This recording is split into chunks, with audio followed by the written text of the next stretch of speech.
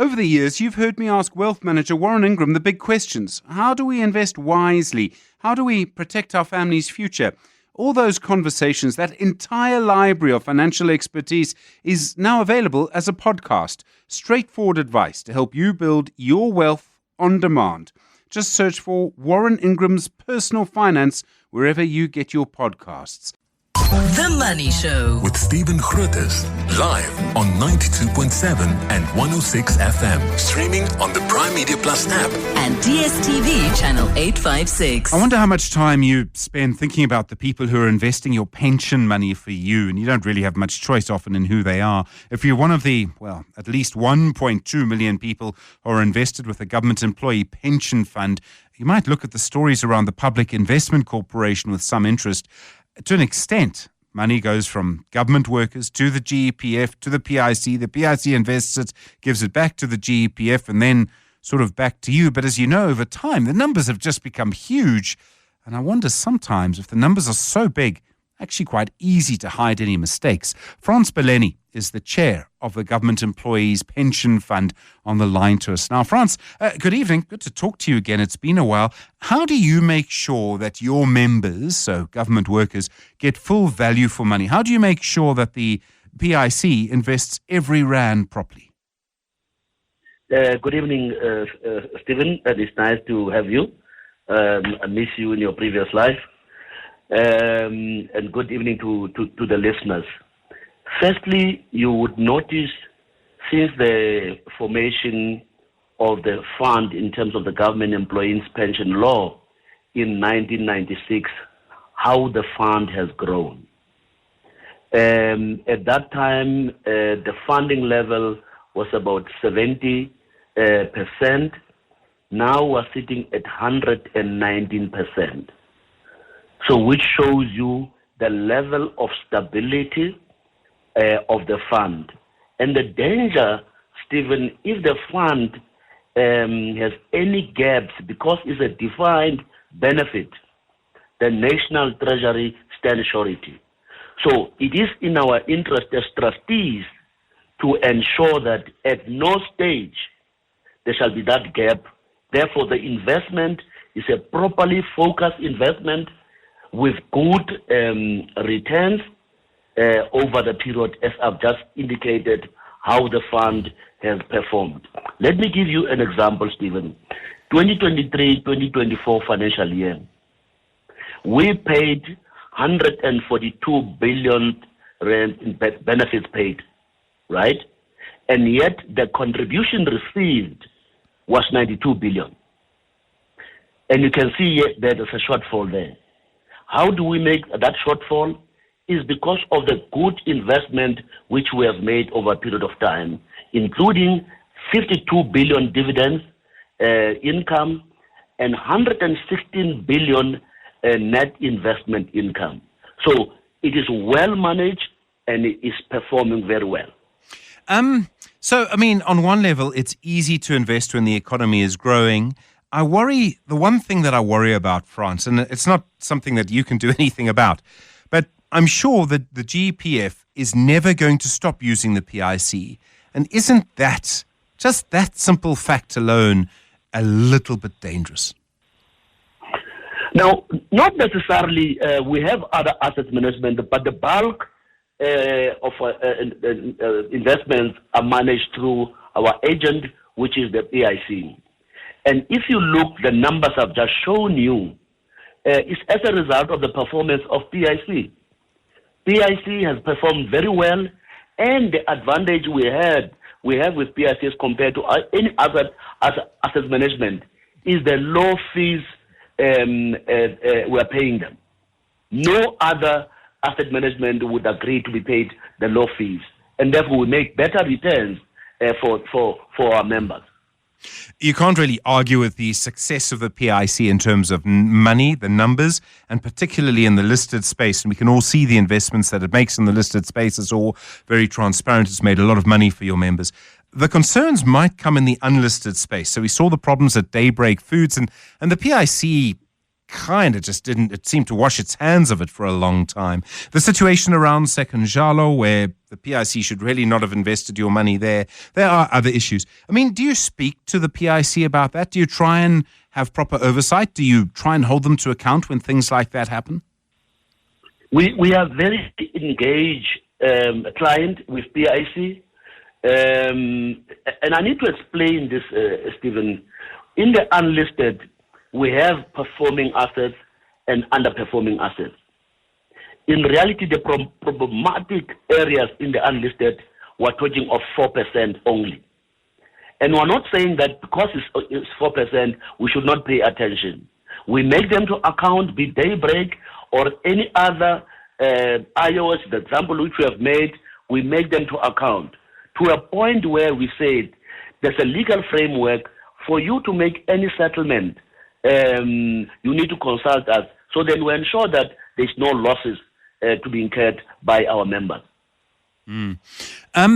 Because of the amount of money that's involved, the PIC can be used to almost create an entirely new industry in South Africa if you want it. That's how much capital it has to invest. Now, that's a good thing. That's a very useful thing. I think by and large there are purposes that are socially good for South Africa that we should use that money for, and the PIC does.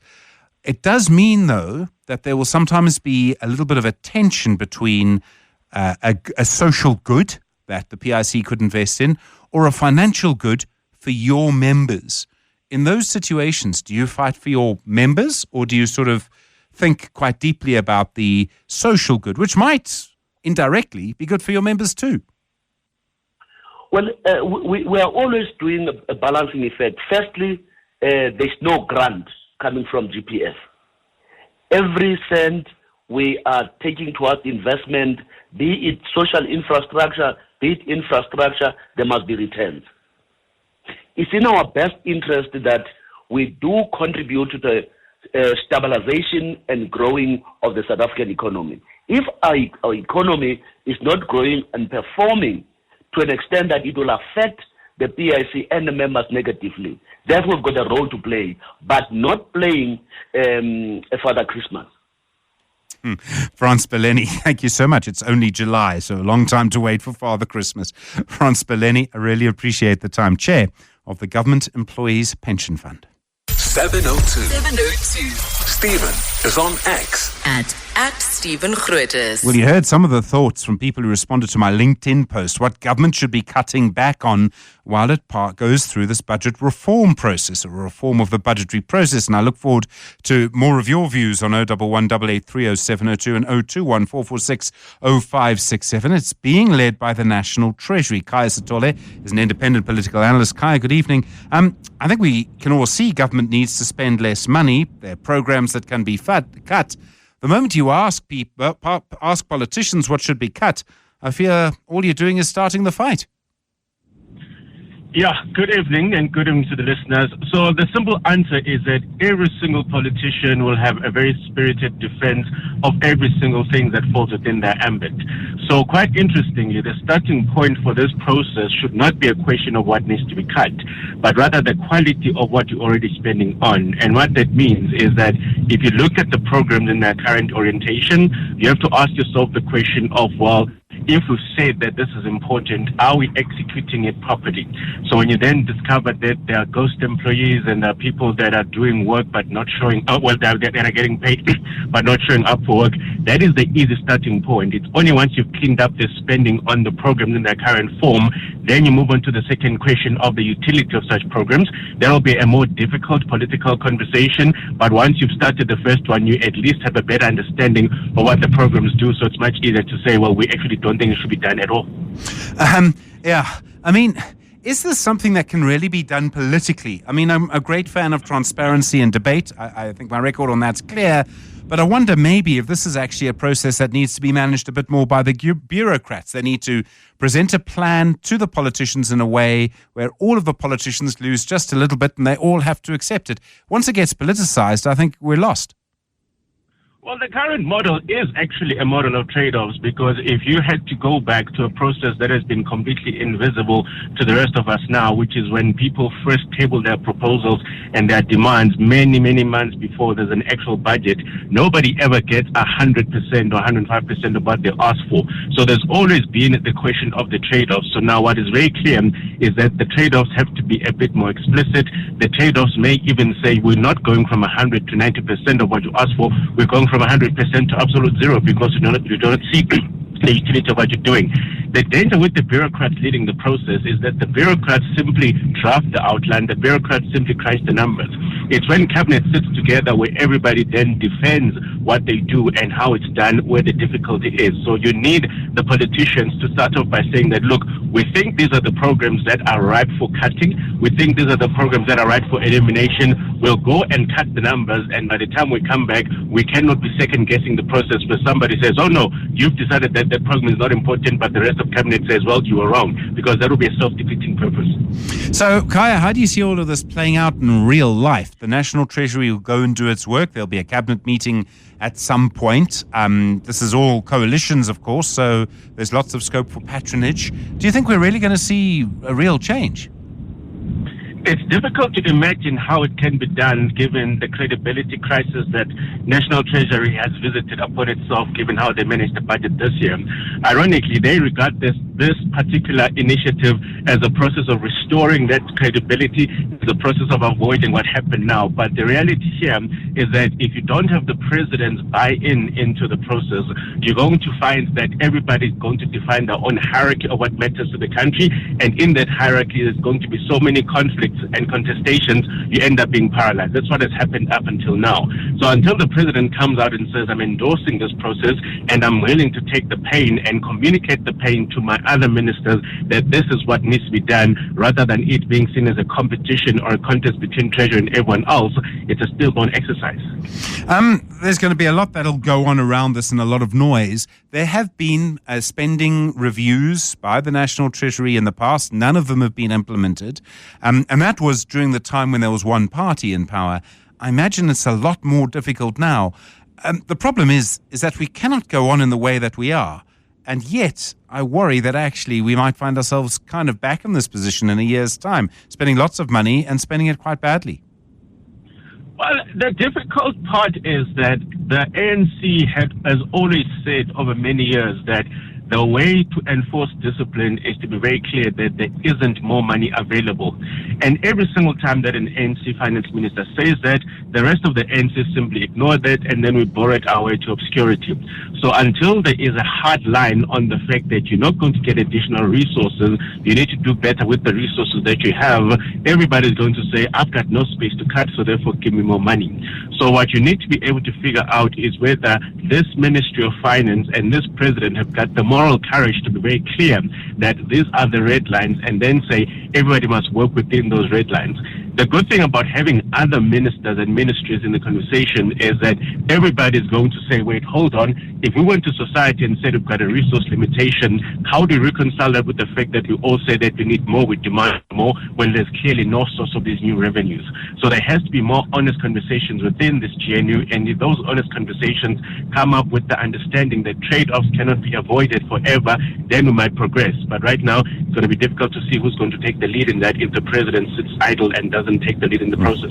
We have President key to all of this. Khaya Sithole, thanks very much indeed. Independent political analyst, your thoughts on what can be cut, how we would get ourselves out of this, how we would effectively just spend government money better. 011 8830 702 021 446 0567. The Money Show. The Markets. Graham Kerner, of course, is at the Kerner Perspective. Graham, good evening. Lots of conversation in the last 48 hours about the JSE All Share going past 100,000 points for the first time. And we spoke to Leila Fourie last night, the CEO at the JSE, about what I see as a sort of disconnect between markets and the real economy and what's really going on. How do you see it all? Because the economy is not moving, and I realize there are important reasons for this. The JSE is motoring. Good evening, Stephen. Yeah, I tend to agree with you. I listened to your interview with Layla, and I suppose on one level you celebrate 100,000. Unfortunately, we couldn't hold on to it. We closed just under that at 9971. But I actually agree with you, Stephen. I think if you look at what's driven the market, let's just take year to date. So if you look at our market year to date, the top 40 is up, I think, 22, almost 23%. But if you break it down, you see the shareholder weighted index is only up 18. And if you actually unpack the performance, really, precious metals, particularly gold shares, and I'll get to that in a second. Year to date, they're up, I think, about 100%. Telecoms and technology, which is mainly Naspers/Prosus, are up over 40%. The rest of the market, if you look at what Layla was saying about the good news around GNU, for example, the reality of it is that, the banks, for example, financials, local industrials are flat, mildly positive. So I think this is a continuation, Stephen, and I think that's why I agree with you that, the JSE is not reflective of what's happening in South Africa Incorporated. Over a decade, companies like SAB Miller, where maybe 25% of the profits were African, or Richmond, where virtually nothing is South African, or BHP Billiton, these are the companies, and more recently, of course, Naspers and the Golds. These are the ones that have powered our market. But even if you dissect the gold performance, or the contribution of the gold shares, Goldfields and Anglo Gold, Goldfields has only got South Deep in South Africa. Anglo Gold hasn't got a single asset in South Africa anymore. So I agree with you. I think the market at 100 is completely disconnected from what's happening in South Africa Incorporated. And if you, as I say, you dissect it a little bit further, the SA Inc. stocks have had a pretty lousy year to date. I mean, I think anyone who's got their retirement funding in the JSE, and that's probably most of us, are expecting that, you're going to have a lot more money in that fund because of look at what the JSE is doing. It's not quite like that, I presume. Well, I suppose I just had a look late afternoon. If you were a GEPF investor, for example, the PIC's got a very significant holding in Goldfields, and also Anglo Gold. But again, you sort of ask yourself, well, as the mobilizers of capital in South Africa, what role that is playing in terms of driving GDP in South Africa. So I think if you were in the top 40 index, or if you were in a manager that was deeply contrarian and bought gold 2 years ago, you're probably doing, somersaults down the passage. But if you're a more sort of traditional investor who's been more value oriented, or even allocating money to non-resources growth sectors, you haven't done particularly well. So I think to your point, it's kind of luck of the draw. But, if I look at the gold stocks, for example, and I mean, we've sort of historically not favored them because they do spectacularly well for a year or two, and then for 8 years they go into slumber mode. Obviously, Naspers is a different story. It's got its own narrative. But even there, Stephen, if you look at it, I think Naspers and Prosus together in terms of the top 40 represent 16%. As a coward, I would say, maybe 10% is the maximum allocation you should have to any share. So even if you like the story, you shouldn't be exposed at 16%. So, I think the point is for a lot of investors, you just haven't seen this 100,000 level on the all share as a real number. And definitely, to your point, it hasn't really translated into GDP growth or any sort of wealth effect for the broader South African economy. Graham Kernip, thanks so much for the Kernip perspective. Really appreciate it. Just after 6:30. The Money Show on 702. Monday to Friday, 6 to 8 p.m. Well, you heard a moment ago about the problems I have with passwords, how I have to visit IT every 3 months or so whenever the password needs to be changed because I just can't remember what it was. They're getting a little tired of me taking my device for a walk to them. But I was reminded of it all today when it turned out that the National Treasury may have been hit through a malware attack that actually seems to have come through Microsoft products, and some of them that are used very, very extensively. Jan Vermeulen's the editor at mybroadband.co.za. Jan, good evening. I mean, this must be incredibly frustrating for the Treasury. You use a reputable software company, Microsoft, and you still end up being vulnerable to this kind of problem. Good evening. Yeah, it's a reminder that unfortunately these kinds of things happen. and you do your best to mitigate against them. But sometimes there's something completely outside your control, and in this case, that's what happened. This looks like it's what they call a 0-day type of vulnerability, which means that Microsoft had 0 days to solve the problem or alert clients about the fact that there was a problem, and it was they found out about it when they saw it being actively exploited in the wild. And then, quickly moved to alert customers to it. And so that started around Saturday. By Sunday, they had some basic fixes up. And later on Sunday, they started issuing patches for the software. But by then, the threat actors or threat actors had already gained footholds on a lot of the servers that were running the vulnerable software, and could come back to them and gain entry via the malware that they'd installed to allow them to gain access. So, as you say, very frustrating, and somewhat smaller scale than the thing last year with CrowdStrike. But there you go again. Very reputable company. Everybody relies on them, including airlines. And they make a mistake that completely breaks your whole system, and they're supposed to protect you. I like the fact you call it in the wild. I mean, that sort of describes what cybersecurity experts are up against. I mean, it seems to be getting harder and harder to protect any kind of network that is connected to the web from anyone. I mean, there also seem to be more and more of these groups. Yeah, so the basic principles of cybersecurity haven't changed. So and this is where it looks like Treasury implemented the good best practices, because if it turns out that in fact only this one system was compromised, and it's not a nothing system, it's an infrastructure monitoring system that they use, but at least the rest of their network wasn't compromised. That then speaks to the fact that the system was properly isolated. Compromising one system didn't give access to the rest of the network, hopefully, and those are sort of the best practices that cybersecurity professionals have been preaching for decades. And so those same principles apply. So while the space has become a lot more complex with the complexity of the applications deployed in IT environments, the basic principles that protect you and that safeguard the rest of your systems when one is compromised, that they still apply. Are we looking at hundreds of groups around the world that are hacking, looking for sort of mistakes and windows to exploit? Are we looking for something a little bit more organized than that? What I'm trying to get to, is there ever going to be a day where, we're always going to have some sort of threat, I accept that, but is there ever going to be a day where it's not going to be as bad as it is now? It seems, for the moment, and all I hear of the sort of media reports, I'm no expert on this, it seems the hackers are kind of ahead. It seems that the poachers are ahead of the gamekeeper, if you know what I mean. They're just not able to keep up. Yeah, and that is always the nature of a cat and mouse game like this, unfortunately. So the type of attackers are diverse. You have everybody from opportunistic criminals, people just trying to make a buck, organized crime, and then state-sponsored actors.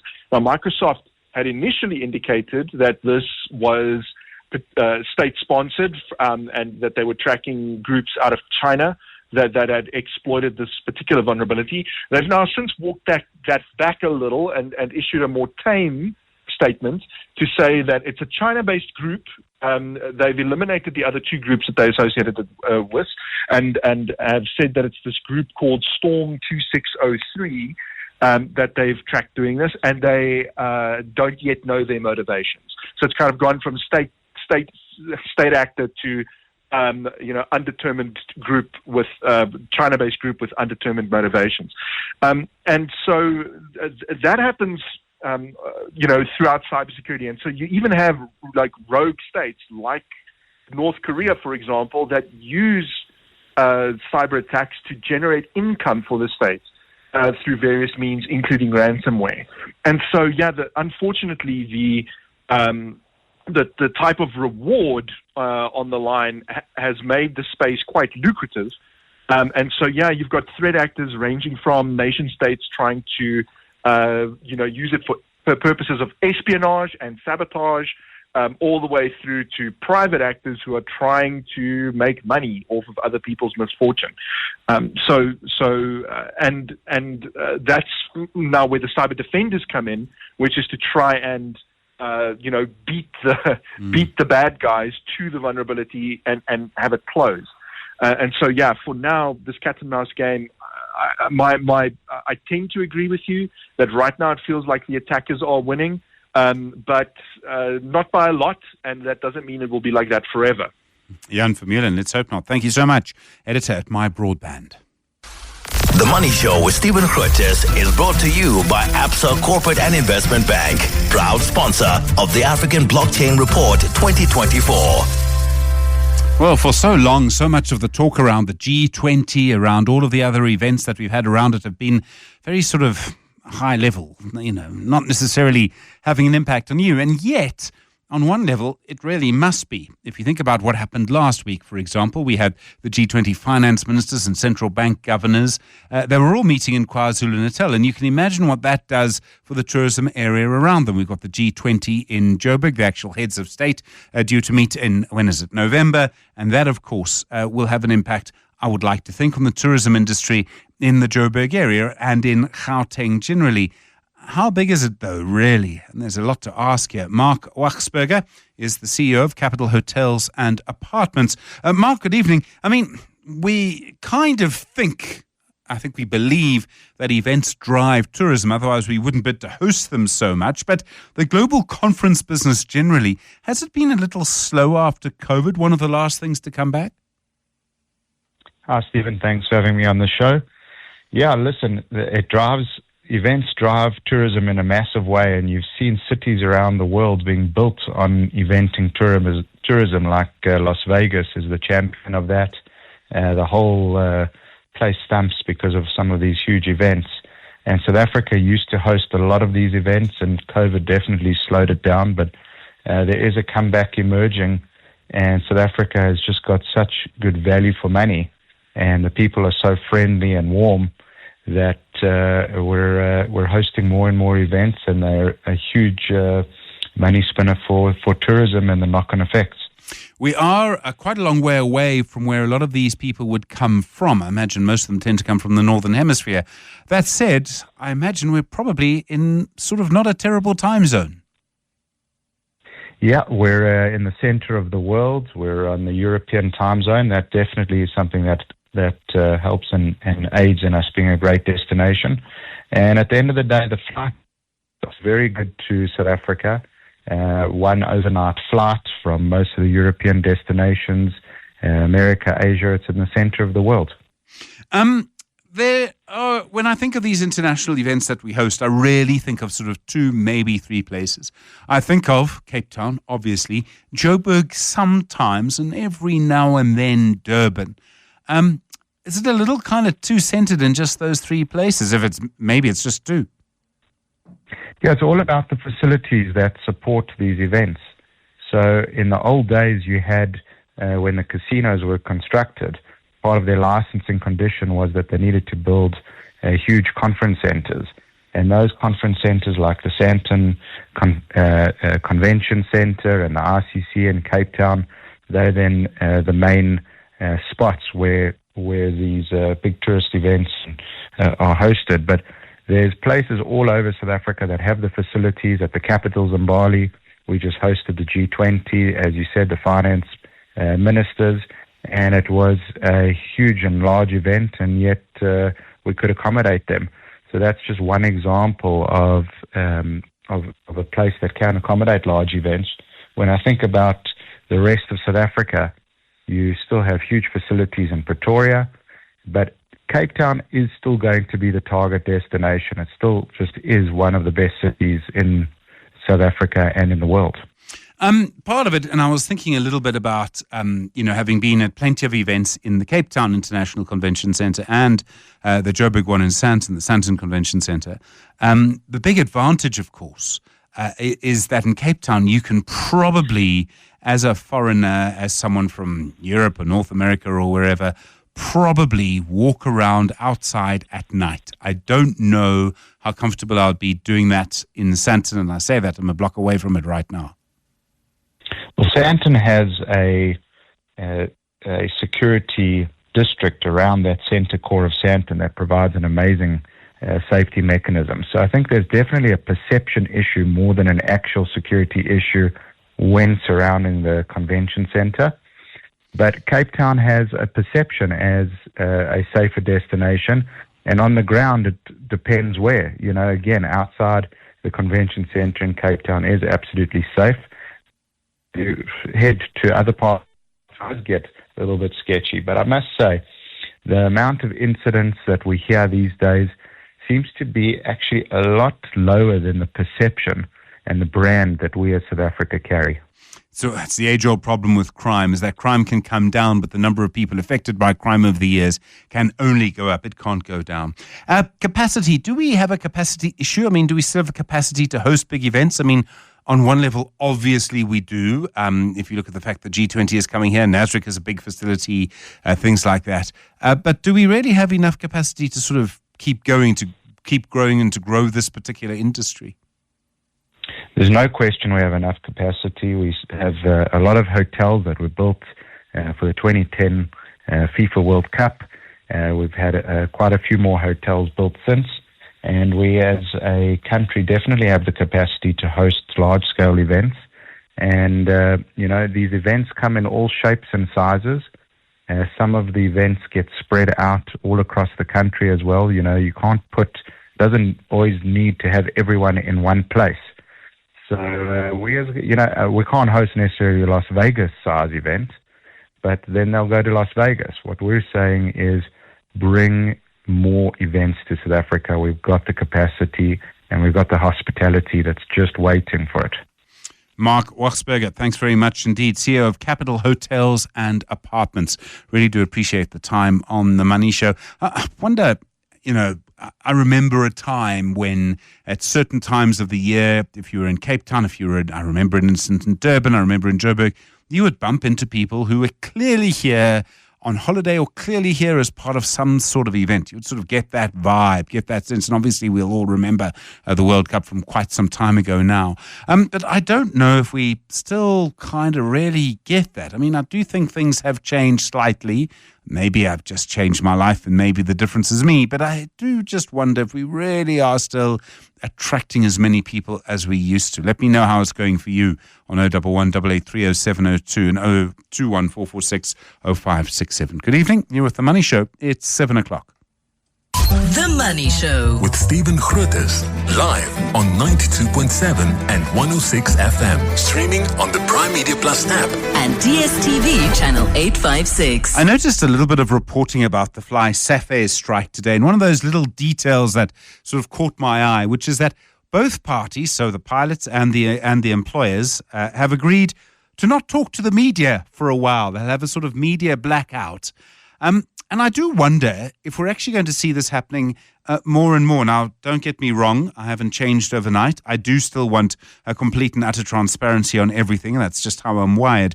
But I also know that if you're going to have trade-offs, if you're going to make certain decisions, if you look, for example, at our trade negotiations with the United States, it's just never going to happen in public. It just isn't. You have to make concessions. No one can make a concession in public. It gets very difficult.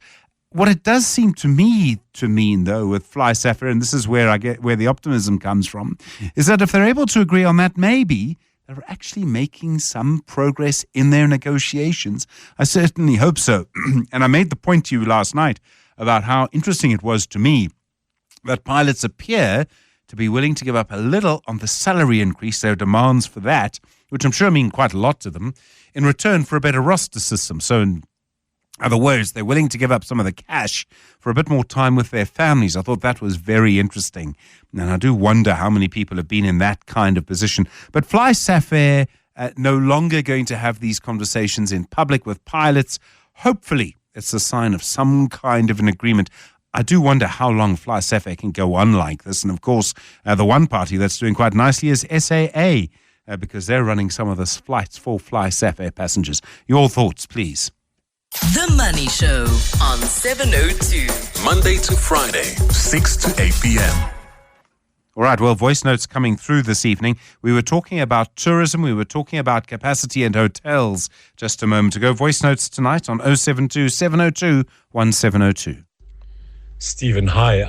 I don't know if it's so much that we're not attracting people. Obviously, there's a global economic crunch, but I think also, places like Cape Town are really expensive. I tried to get a room in Cape Town in February, and the obviously it was Parliament was on, I think the mining Indaba was on. There were quite a few film shoots on, but I couldn't get a room at the Radisson for under 14,000 Rand a night. Wow. And Radisson isn't the top hotel in Cape Town. So to come back to your earlier guest, do we have the capacity? Well, no, not if those are the kind of hotel rates that people are going to be charging. I thought I would just share that. Thanks. No, thank you. 14,000 Rand a night. No, not a chance. Never, really. I just can't see that. That's such an interesting point. And that week in Cape Town that you talk about Parliament and the mining Indaba, it is utterly crazy then. 702. Stephen is on The Money Show. 6 to 8 p.m. Well, a lot of concerns around surveillance. Someone who knows what they're doing can learn so much about you just from what you put on the socials, but just walking around, cameras and crime hotspots, they can follow you around. There's facial recognition technology. I think more and more people are growing a little bit more concerned about this. And now the US President Donald Trump's actually signed an executive order. He says that he wants his government to share data across agencies. So that data suddenly becomes a lot more powerful. Siphumelele Zondi is our tech expert, joins us now. Siphumelele, good evening. I imagine that in the right hands, the collection of data can be very powerful and I presume good for society. Hello, Stephen, and yes. So basically what this does is to, I suppose, help organizations, companies, and help us as individuals as well in terms of, especially when you're online and the picture that gets drawn up in order for certain goods and services to go to the right individuals and in order for us to know what the best way of going about certain things. So yes, in the right hands, data is quite a positive thing. Are governments now asking tech companies to sort of get some of their data? I mean, it seems everybody's using my data, whether it's a government or chat AI or something. Oh, but they always have.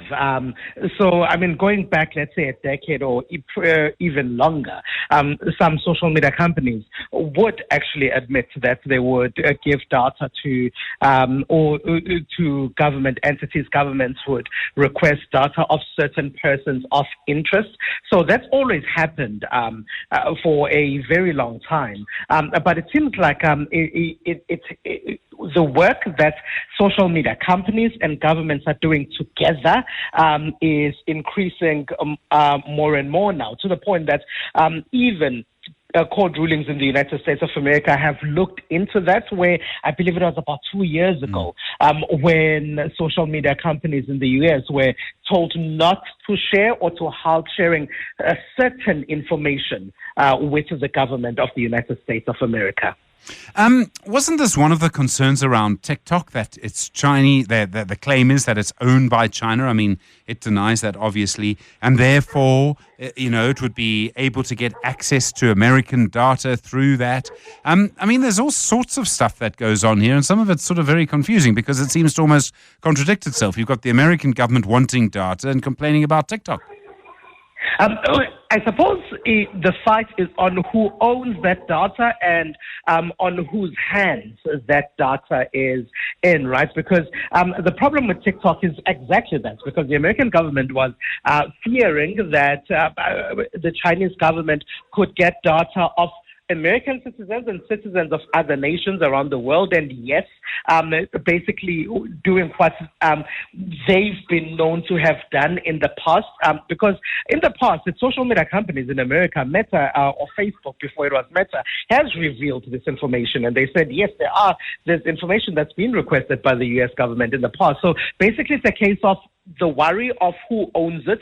Maybe it's better if it's owned or it's in the hands of one government as opposed to the other government. Maybe that's what the American government is worried about. But yes, because they've done it and they've raised it when it comes to China and TikTok, when it comes to Huawei, for example, when they've said if you use Huawei devices, who knows where the data is going to end up.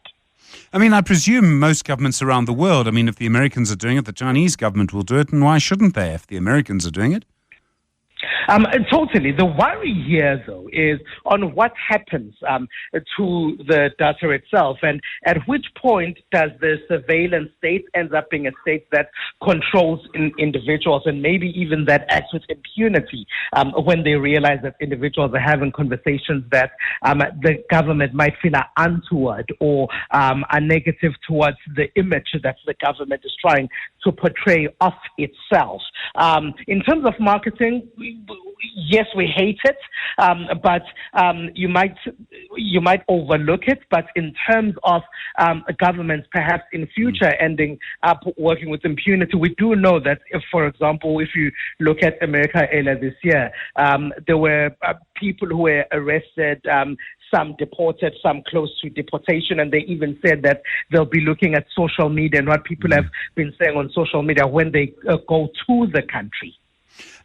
If I refuse to give access to my data to whatever tech company I'm using, X or Meta or whatever it is, can I still use those platforms? I mean, I imagine it does place limitations. I'm suddenly not as valuable to that platform as I was before. Totally, and often you find that there are limitations even if you can use some of those platforms. Often you can't, and you can be locked out because you've refused, but sometimes you can, but there would be limitations. But the fact that you haven't given that permission, who's to say that they are not tracking what you are doing anyway, because you don't know what's happening in the background, in the back end of that particular platform, because they could still be tracking, but without your consent and without your information, or without you allowing them to continue tracking. But yes, often there would be limitations in how you use the platform. Siphumelele Zondi, thanks very much indeed, tech expert. Really do appreciate the time tonight on The Money Show. The Money Show, Small Business Focus.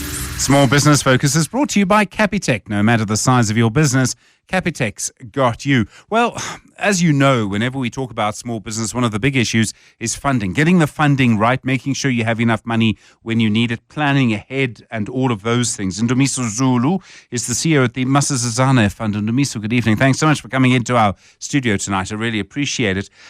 Often, I think if you're starting a company, and I've never been in this position, you just want to get hold of money, right? You just need funding. But actually, do you need to be quite careful you get the right type of funding for your business and where you are? Stephen, good evening, and thank you for having me. 100%. It's not just how much you need, it's also where you get it from. And that really comes down to the type of investor or funder you get. Their objectives must be aligned with yours. So if you're starting a business, chances are it's going to take quite a bit of time for it to grow and make sufficient money. So if you fund your business using debt, for example, the lender wants their money at the end of the month, you probably have a few years to grow. So it's important to make sure that the two actually correspond. But you also need to be very clear on the type of funding you need. So do you need equity investments, which is ownership in the company, or do you need debt investments, which is money that you owe to other people? And when you owe other people, they're going to want their money back at some point. But also, even if you delve a bit deeper, even the type of lenders, for example, if you're looking at debt, are different. You get commercial banks that typically look for businesses that are a lot more mature, cash flows are a lot more predictable, because again, at the end of the month, they want their money. So if you're still at a stage where your business sort of still needs to prove itself, cash flows are not predictable, it might actually then create some challenges for you, not only with that particular lender, but because remember, as you borrow, you create a credit record. So if you default with the one, the next one is going to be all the more reluctant to give you money because now we can't trust you. Always the problem that. What kind of funding options are there? Which are the most common options for startups? I mean, we know plenty of people try and give money. Certainly. So, I mean, if you're starting a business, the easiest way to go is using your own personal savings. I've seen people in instances where they would use their pensions if they have access to that. But others use what a colleague of mine likes to call money from friends, family, and fools. And the fools part is probably more along the lines of, at that very early stage of starting a business, people who invest in your business, they are largely investing in you as the entrepreneur because they have faith or they believe that what you are putting on the table might have some value. And it's only really when you start to develop a track record, proof of concept, that other external funders will then look into funding your business. So that is really the seed or startup capital that you will get. But there's also different kinds of ownership structures. So I've spoken about equity. Most startup owners are reluctant to give equity because with it means you give away control. But also at that stage, you don't always know how much your business is worth. So today you might sell a share, I don't know, for 10,000 because you think that's what it's worth. By the time you discover it's actually worth 100,000, you've given it to that guy and they're not going to sell it back to you for 10,000.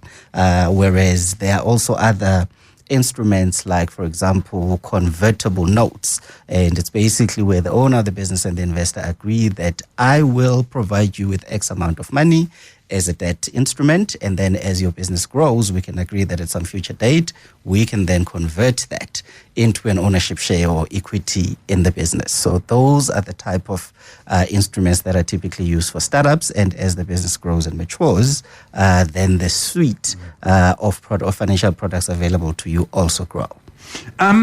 What happens if you get the funding wrong? So you got money, but you've got the right type of funding. I mean, what sort of risks are there if you get the right type of funding at the wrong time? Sure. So, I mean, what will then happen typically is that what the investor expects and what you are able to deliver is not the same. So, for example, if you get debt funding, when you actually needed equity is generally more patient in its nature. But also there are different costs attached to the different types of funding. Equity is a lot more expensive because it's a lot more risky, whereas debt is cheaper, relatively speaking, but it's a lot more certain in terms of when you need to repay. So you need to be very clear in terms of what you can afford and when you can afford to pay it, but also understand what the investors' expectations are of you and your business. One of the things that's been fascinating to watch for me over the last few months is how our understanding of what small businesses in the South African environment need, how that understanding is evolving. Different people come up with different business ideas all the time as well. Do you see the sort of funding models changing? Do you see them changing quite slowly, quite quickly, as we look at the different natures of the kind of businesses that we're trying to sort of encourage and start and enable here? Yeah, no, 100%. Business is ever evolving, and so do the needs of the people who are running those businesses. So that then poses a challenge for what I call traditional funding sources to innovate, because if you don't innovate, you die. And I think one of the challenges we face in the South African context, we're a highly formalized market, whereas you're operating in a country where the vast majority of SMEs are operating in an informal market. So right from the get-go, there are all these formalities, all this legal documentation you need to get over to get the funding, whereas as a business owner, you just want the money. So how do we bridge that gap? And I think innovative things like fintech have an opportunity to really eat the lunch of the big boys, as it were, because with that innovation, the ability to provide tailored funding solutions to entrepreneurs is a real advantage. I think a lot of people are looking at the global picture and feeling quite discouraged. You know, you want to start a small business, you want to do something in your community, you want to help people, you want to, basically get income for your family, let's be honest. And yet you think, okay, I'm going to go and do something for myself. And then you look around at what's happening. You will have the tariffs from Trump, you will have this, you will have that. Is that going to have a big impact on our sector? I can't tell you what is going to happen with the US. I have absolutely no idea. And I watch it minute by minute. Yeah. I don't think the US can tell you what's going to happen with the US, but I think one of the things I admire about SMEs and business owners in particular. Please don't say the R word. Don't say the R word. So I need to find a different one. I think in spite of all the challenges, they keep going. And I think it probably emanates from the fact that it's already difficult starting a business. So when you and I start feeling the pinch, they are already there. But there's something about conceptualizing something and really believing in it. Because from day one, you say, I'm going to get this done, whatever obstacles get put in front of me. But having said that, the harder that things get, the more discouraged people. It's human nature. But I find that business owners or SME owners, they keep moving regardless of the obstacles. So, I mean, I think that's true. And I've met some people who are just unstoppable. You know, they start a business and they've often been unstoppable from quite a young age. You know, I find that interesting. I mean, we look at employment figures and we can see that we're battling to make a dent. And despite all of the time, energy, and money that goes into helping small businesses, I sometimes wonder if maybe the problem is just so big it does just take time, or if, in fact, small businesses are not making an impact, or if something else is happening. Sure. I mean, I think one of the biggest challenges, Stephen, around small businesses is that we tend to think funding is the only problem. Yeah. It's it's part of a multitude of problems. In fact, in my mind, funding is easy. It's either you get it or you don't. But how do we get you to a stage where you are ready to receive funding? Because once you are given the money, how do you use it effectively? Do you know how to do cash flow management, cash flow forecasting? How many times have you heard a small business owner saying, I need money today on the 24th, without it, I'm not going to be able to pay salaries at the end of the week. So it's that kind of acumen that you also need to factor in. And because it doesn't make anybody money necessarily, we don't always invest in it. And I think if you can get that part right, capacitating small business owners to be able to raise funding, to be able to manage it effectively, I think you'll see the tide start to turn around small businesses being able to access funding, but also to be successful once they do. Ndumiso Zulu, thanks so much for coming in. Really appreciate the time on The Money Show. CEO at the Masizazana Fund. The Money Show. Investment School. Well, in Investment School this evening, we're talking about how the Government Employee Pension Fund is investing.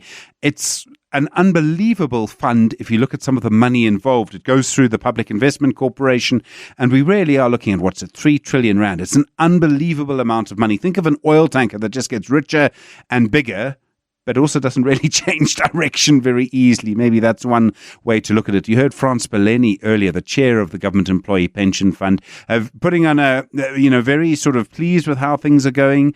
Says that they are performing very, very well. Lots of different ways, of course, to look at it. Well, in Investment School this evening, Owen Nkomo is the CEO and founder of the Nkunzi Wealth Group, and he's with us to talk us through all of this. Owen, good evening.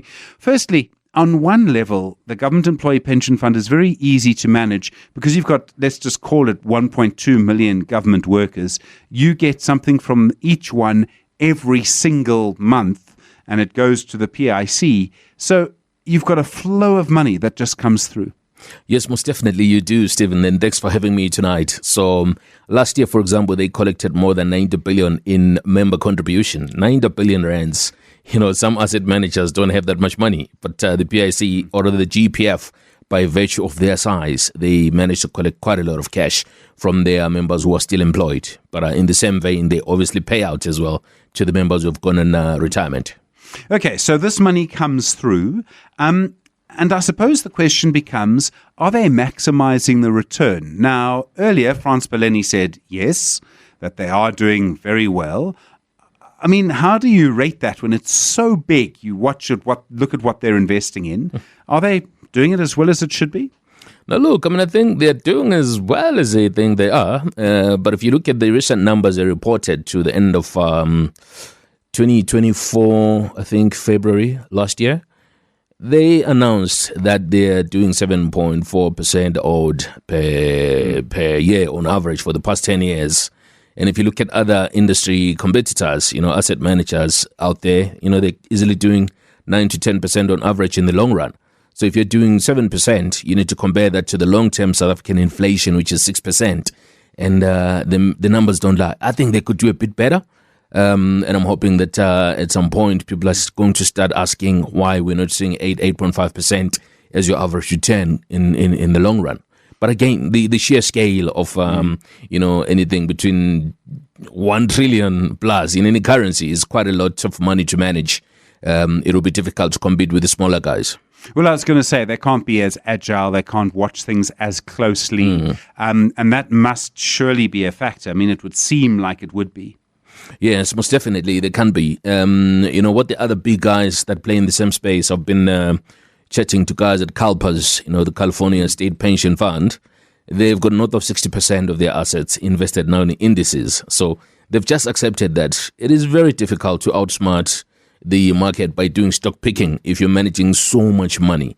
So they much rather just follow the indices out there and just use those strategies that will make sure that when the market is down, their returns are also down, but they're in this for the long term. And as we all know, stock markets ultimately do grow over time, and I think that's where most big asset managers have found a refuge. Okay, there are a couple of things that we need to talk about in terms of what you get back. So what your pension would be from the Government Employee Pension Fund if you're a government worker. Yeah. And there's a defined benefit and there's a defined contribution. Yes. What are those things? Yeah, so the defined benefit structure in pension funds and saving for retirement is what the GEPF is, where they basically are saying, you've been working for us so long, we are grateful for the partnership we've had with you.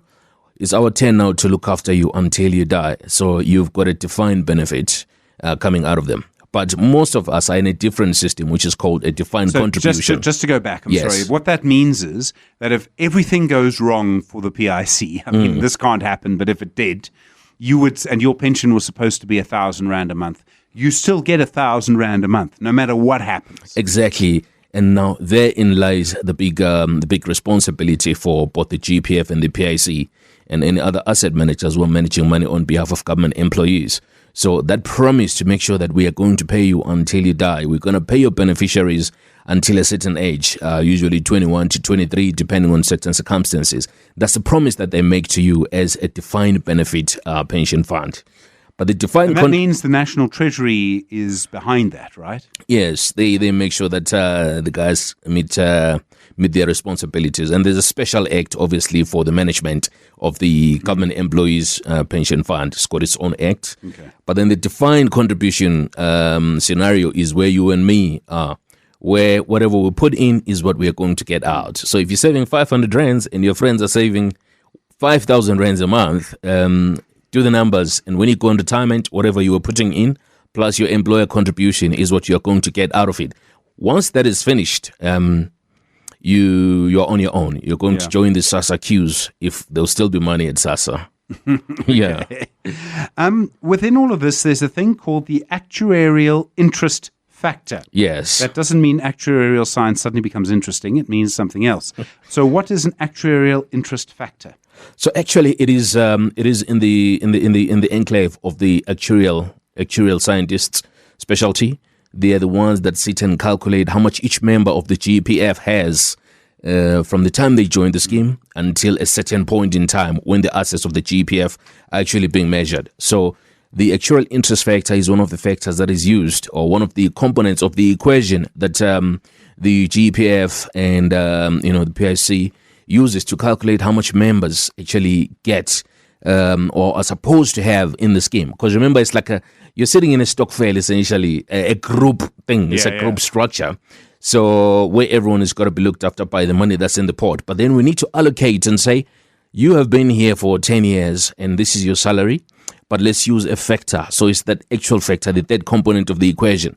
So it's how long you've been working for the GEPF, your pensionable service, multiplied by your last pensionable salary, multiplied by this factor, which then works out a number for you. So what is that factor? Is that factor how well the fund has done while you've been invested in it? No, that factor is actually it's calculated based on a few considerations, including the economy and how the actuarial scientists that value the GEPF's funds think the future of the fund looks.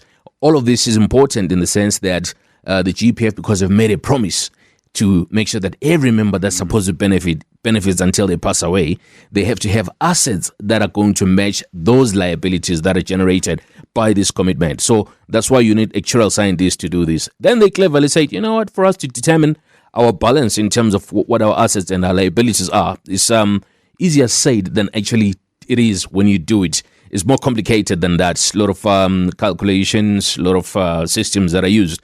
But that factor is the one that decides that if you are exiting as a member, the GEPF is saying, let's calculate what is due to you so that we don't treat you unfairly and we don't treat the members that are staying unfairly as well. Let's be fair to you and give you what we think is due to you. But what's important is that factor is one that is used by the GEPF to move up or down the benefits for any member who is exiting, and everybody else who's in the scheme is subjected to that should they be deciding to leave the scheme. So you could actually lose out quite substantially if they change the IAF, if the calculation goes against you. Yes, no, definitely you can. And we've seen that happen. The calculation is done every 3 years, Stephen. So if it was done, for example, in March 2020 at the start of the lockdown, you would get a lot less out. Yeah, because the environment was obviously gloomy and the future wasn't looking great. So it actually happened that for year 2021 was the last revaluation cycle that they did. So they decided that let's do this thing. And the declines that we saw were shocking. And most of the members were not expecting them because the communication around this AIF, we talk about retirement and all factors relating to retirement every day, to government employees, to the government leaders, and to the private sector. But no one actually knows what this AIF thing is. But I can tell you, if they knew, it would provoke them because it was such a big move they did last time, where if you were leaving the scheme, your decline was anything between 14 and 27% in some scenarios. We actually had a case where a guy had 5.3 million rands. If they opted to transfer their funds out, before the valuation was done, they had 5.3 million rands. But after the valuation was done and implemented in November of 2022, they had 3.8 million rands. Sure. So they opted instead to not transfer out of the scheme, but to stay with the GEPF. And there's a big story to why we think the GEPF would much rather have its members stay on inside. But there's a big argument as well for saying, why should they leave the scheme? It's all interesting, and we can have a conversation around that. Well, it's also, if other funds are getting better returns, then that starts to get interesting. We're speaking to Owen Nkomo tonight, the CEO and founder of the Nkunzi Wealth Group on Investment School, joined now by Patrick Matidi, the head of equities at Alawani Capital Partners. Patrick, good evening. This idea that while the PIC and the GEPF are big and a lot of money flows through them and it's a defined benefit and all of that, and yet it does seem that other fund managers, which are smaller, are actually able to get a better return on your money. I mean, that surely must be something that perhaps the PIC needs to account for. Yeah, good evening, Stephen, and thanks for having me. Indeed, it is a topical issue in terms of what you can get from a GEPF versus what you can get elsewhere. But I think we also need to consider, what the underlying mandate of the GEPF is, versus your average asset manager out there. In that, if you look at a big portion of the GEPF, monies are invested in listed equities and government bonds. But you also have a pocket which is unlisted, where you don't get a lot of visibility, you don't get a lot of liquidity, and therefore that part of the portfolio could be mispriced, and therefore dragging down the overall performance of the fund. Versus your average asset manager who only plays, in your more liquid and more sort of visible parts of the market. And then the other thing is, for a while, they have not been allowed to invest offshore. Right, so we know that regulations have since been opened up, I think post 2022, where your average pension fund can go up to 45% offshore markets versus the PIC that have been held back. So they are slowly but surely starting to invest offshore, where, for the last couple of years, we've had better returns offshore versus SA, by the last few years where SA has actually outperformed versus, your other developed markets. So you kind of need to look at what the mandates allow, where they're playing, and then compare, hopefully like for like, to get a fair comparative in terms of returns. That's interesting. That is, absolutely. If you could invest in the US over the last 12 years, you would have done that. And that must have a big impact. Obviously, Patrick, a lot of people will have this problem, this question. Do you stay in? Do you go out? It can be quite difficult to know what the right thing to do is. There must be many factors about whether you should keep your money with effectively the PIC, or whether you should take it out and take your chances somewhere else. Look, I think a defined, benefit, pension fund like the GPF, what it does is it actually cushions you, from market volatilities, because that risk is borne by the pension sponsor. In other words, the employer or the government in the state, right? So as opposed to a typical private sector pension fund, where you take all the bumps and along the way, as a defined contributor from a plan structure point of view. So the more you stay in, and hopefully if you've been there since, let's say earlier on, or the most of your career, you tend to do a lot better than your average, a private sector pensioner who's had to actually, bear the brunt of the market volatility through time. So as long as you stay invested for long, I think it's great. But what does tend to happen though is, towards the end of your working life, right, the payout that you then get, that can have significant drawdowns, as we've seen, especially in 2020 with the lockdown. So if your timing is, sort of misplaced, from a retirement point of view, that's when, if you are in a defined benefit point of view, that's when you can actually take a knock. But on average, barring any calamities in the markets where you can have significant drawdowns, you tend to get cushioned if you stay in a defined benefit scheme versus the private sector where, you are in a defined contribution scheme. And also the last point, though, to mention is you also bear longevity risk, if you are in a defined contribution. That simply means that you run the risk of outliving your pension, post-retirement, as opposed to if you stay in a typical government-funded pension fund like the GPF. That's Patrick Matidi. He's with us this evening, an investment school, head of equities at Alawani Capital Partners. Onan Komo, CEO and founder of the Nkunzi Wealth Group, with us as well, talking about the Government Employee Pension Fund and the Public Investment Corporation. The Money Show. Investment School. The Government Employee Pension Fund, the PIC, and I didn't even know that this existed until tonight, the actuarial interest factor. Onan Komo is the CEO and founder of the Nkunzi Wealth Group, and Patrick Matidi is head of equities at Alawani Capital Partners. And Owen, Patrick was just explaining some of the benefits of staying in the GEPF, why they haven't performed as well as other funds. Is there a difference between how the GEPF treats your pension if you pass away, say, 5 years after retirement, and say how other funds will treat the remainder of your pension? You've been putting money in. Now, if you pass away 5 years after, normally I would think, well, I have something to leave my children, or there's some funds or something. What happens in the case of the GEPF? So we need to also look at the comments made by Patrick from the perspective of the fact that if you are part of the GEPF, you're working for the government. The only way you can exit is if you resign, or you get fired, or you die. That's the only time you can leave. So you don't have the option to transfer funds into an alternative investment manager or pension solution until you pass away. So the returns can't necessarily be compared for that particular fact. So Patrick is right in that sense, but we can't compare the two returns. But so there's this thing called the guarantee period when you go on retirement, which is actually the biggest problem with, I think, that many members face, which is when they make the decision to say, fine, I'm 55 or I'm 60, I'm tired, I want to go and stay at home.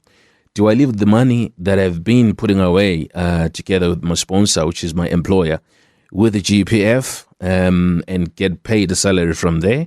Or do I opt for plan B, which says, let me transfer my money out? Or worse off, plan C, which says, let me take all my money out and get hit hard with tax.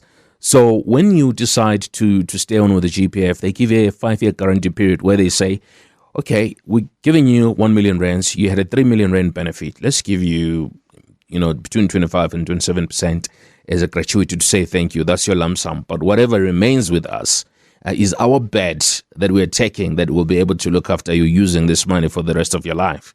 But they're actually betting on, hopefully not written down, you dying sooner, so that money then works for them as an asset and no longer a liability. So they then say if you die within 5 years, they'll do a calculation, which is a decreasing calculation, to work out how much they should give your beneficiaries as a lump sum. what is in the GEPF pot doesn't necessarily belong to you. It belongs to you and your fellow members that are still in the pot. So they need to do a calculation, which works differently if you're in a private pension fund. Yeah. Which you have an option to do the transfer out from the GEPF if you wanted to do that. Many people transfer out to these big asset managers that are independent and guys like ourselves that manage money on behalf of people. So once you transfer out, we've got a case where a husband went on retirement and left the money with the GEPF. The wife left and transferred it to us.